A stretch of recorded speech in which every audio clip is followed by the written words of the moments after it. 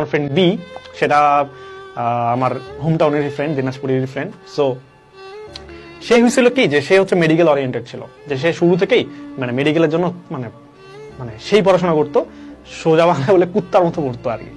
তো এখন সে অ্যাকচুয়ালি ভালো পড়াশোনা করতো, এন্ড অ্যাকচুয়ালি সে মানে মেডিকেল ডিজার্ভ করতো, মানে ডিএমসি বা সোহরাওয়ার্দী বা হচ্ছে তোমার সলিমুল্লাহ, এই তিনটার মধ্যে সে মানে কোন একটা ডিজার্ভ করেই, মানে এতটাই সে মানে প্যাশনেট ছিল, এতটাই সে মানে ভালো মতো পড়াশোনা করতো। ইভেন ফ্রেন্ডরা তো আমরা তাকে ডাক্তার বলে ডাকতাম, ইভেন টিচার্সরাও তাকে অনেক সময় ডাক্তার বলে ডাকতো, কারণ টিচার্সরাও যে কোনো জায়গা থেকে কোশ্চেন করলে কেউ না পারলে ওটা শিওর ছিল যে ও পারবে।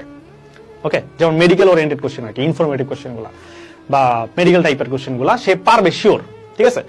সো এটা মোটামুটি ডান ছিল। তো তার সাথে আমাদের কথা হচ্ছিল মানে এইচএসসির আগে। তো সে বলতেছিল যে আমার তো এইচএসসির আগে মোটামুটি মানে মেডিকেলের পড়াশোনা অনেকটাই কমপ্লিট, মানে ফিজিক্স, কেমিস্ট্রি আর হচ্ছে বায়োলজি মোটামুটি কমপ্লিট। ও হচ্ছে ইংলিশ আর জিকে এই দুটা রাখছে হাতে, এই দুটা হচ্ছে সে অ্যাডমিশনে যায় পড়বে, কারণ সে হচ্ছে জিকে তো মানে কন্টিনিউসলি আপডেটেড হয়, আর যেগুলো তোমার আপডেটেড হয় না সেগুলো তো মুখস্থের ব্যাপার, সেগুলো যদি এত আগে পরে ভুলে যাবে। ওই জন্য সে অ্যাডমিশনে যায় শুধুমাত্র ইংলিশ আর জিকে পড়বে। ইংলিশও মোটামুটি সে ভালো পারতো। সে মেইন টার্গেট যেটা বলতেছিল যে আমি অ্যাডমিশনে 3 মাস যে টাইম পাবো আমি শুধুমাত্র জিকে পড়বো, বাকি পর আমার ডান, এন্ড এগুলো আমি জাস্ট রিভিশন দিব তখন অ্যাডমিশন টাইমে, আর হচ্ছে এদিকে আমার জিকে নতুন করে পড়বো। এই সে তার প্ল্যান। তার মানে তার কনফিডেন্স কোন লেভেলে বুঝো, এন্ড তার পড়াশোনা কোন লেভেলে বুঝো। এন্ড অ্যাকচুয়ালি সে ভালো পড়াশোনা করছিল, অনেক মানে সেরা লেভেলে একটা পড়া দিছিল। বাট ঝামেলা যেটা হইলো অ্যাডমিশন টেস্টের দিনে, অ্যাডমিশন পরীক্ষার সময় সে তার রোল টোল এগুলো ভুল দাগাইছিল, ঠিক আছে। তো এক্সামের শুরুতে যখন সে এই কাজটা করছে, দেন সে প্যানিক অ্যাটাক খাইছে, যে সে চিন্তা করতেছে যে আমি মানে এতটা পরিশ্রম করছি, আমি সবাই পারে মোটামুটি, ঠিক আছে।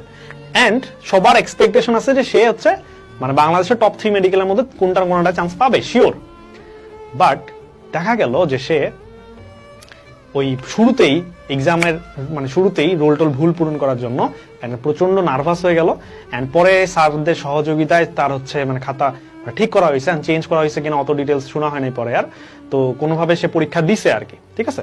এন্ড শুরুতেই যে সে নার্ভাসনেসটা পাইছে সেটা সে ওভারকাম করতে পারে নাই, যার ফলে তার পুরো এক্সামটাই খারাপ হয়ে গেছে। পরে দেখা গেছে যে চান্স পাওয়ার কথা না সেও মেডিকেলে চান্স পাইছে আমাদের ব্যাচের, বাট সেই ফ্রেন্ড আমার বি, যাকে টিচাররাও তাকে ডাক্তার বলে ডাকতো, সে চান্স পায়নি।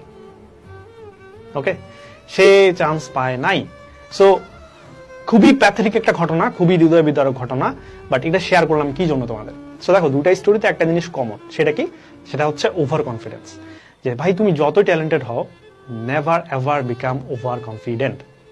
সো মূল কথা হচ্ছে এটাই, যে তুমি ওভার কনফিডেন্সের জন্য তুমি হচ্ছে মানে এরকম করিও না যে জাস্ট আমি ওইটাতে এক্সাম দিব, জাস্ট আমি ওইটারই ফর্ম ফিল আপ করবো, এন্ড দ্যাটস ইট।